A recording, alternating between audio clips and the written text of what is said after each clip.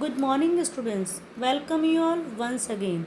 As in my previous video, I had explained the two stanzas of the poem An Elementary School Classroom in Slum, composed by Stephen Spender.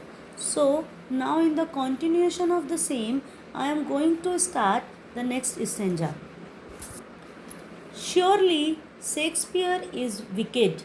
The map is a bad example, with ships and sun and love tempting them to steal. For lives that slyly turn in their cramped holes from fog to endless night.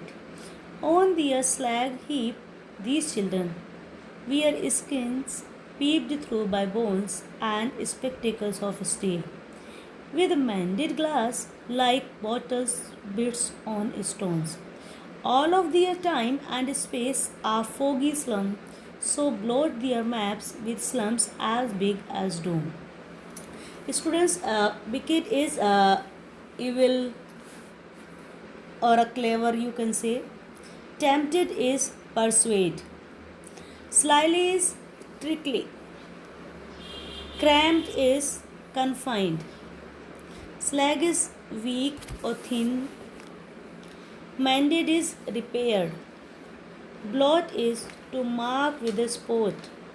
Doom is disaster. Students, in the particular stanza, the poet says that these children living in the slum area have faced so many hardships, so many difficulties or problems that they feel every other person to be their enemy.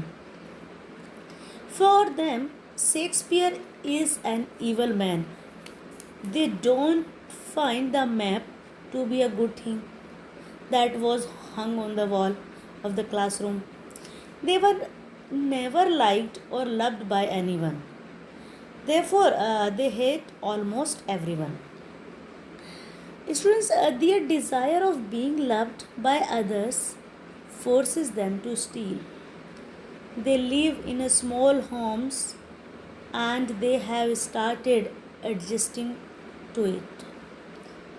Their life is going towards an endless night that will never be complete. This means that their future is full of darkness. These kids are so thin that one can easily see their bones through their skins or through the thin layer of skin. Their skin is like the thin layer of cloth, and the bones beneath are visible through the skin.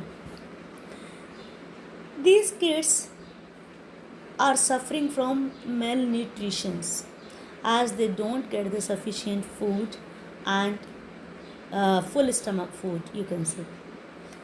They wear spectacles which are made of steel. They are very cheap and very uncomfortable. Even the lenses in the spectacles are repaired. The spectacles look like stones which have been repaired with a piece of glass sticking out of them. Here, the poet tries to explain that these kids have to face so many hardships in their lives. As these slums are getting bigger, they will destroy the future of these children, and it is very difficult for such kids to escape from them. Definitely, they have to lead their life in such a poverty and in such situation and condition throughout their life.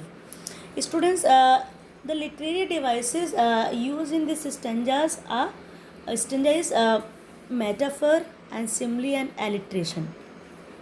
Metaphor is used cramped holes.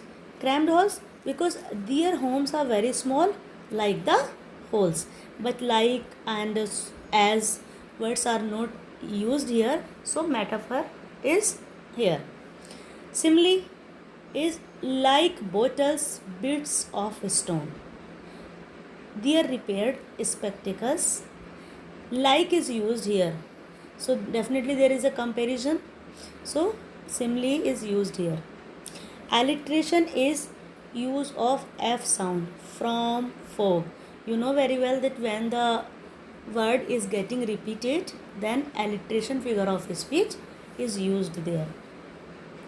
Students, now the next stanza is: unless a governor, inspector, visitors, this map becomes their window, and these windows that shut upon their lives like catacombs.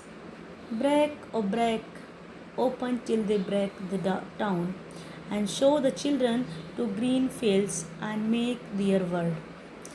Run azure on gold scents, and let their tongues run naked into books, and white and green leaves open history theirs, whose language is the sun.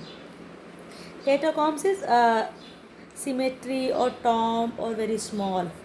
Azure is deep blue. It is used actually for the sky. In the particular stanza, the poet says that the government should take notice of the problems that are being faced by these kids. He requests or he urges them to change the life of these kids and make the world map a reality for them. There is a need to break the restrictions which are put on them due to poverty and lack of resources. Actually, the poet wants to governor and public to help these kids in achieving their dreams, as this will take them away from fog to azure sky or unlimited sky, or they will not be in bondations. The poet here wants to say that in this way the kids can be taken away from the darkness to their present, to a bright future. He wants these kids to experience the sense and the beauty of nature, as this will lead to a desire of gaining knowledge. They will then go through the white and green leaves. Here white leaves depicts the books, and the green leaves depicts about the nature. This will then result in their progress, and they will be able to paint a bright future for themselves. When they will get the facility, when they will be free, then definitely they will have a desire to study and to move ahead, or they would be able to uplift their life by their own. Students, literary devices used in these stanzas are metaphor and one is anaphora. I think you have not heard anaphora. I will explain. Metaphor is the white green leaves open. Books and nature are expressed in the form of white and green leaves, but they have not shown with the comparison, or the writer has not shown with the comparison of these both things, so metaphor is used. Anaphora is run azure and run naked. Use of repeated words into consecutive lines. When the same word is getting repeat in the lines consecutively, then anaphora figure of speech is used here. So students, this is the end of your poem, and I am giving some extract based question related to this particular covered portion. Please do them, and if you have any query, please feel free to post. I'll reply. Thank you for the day.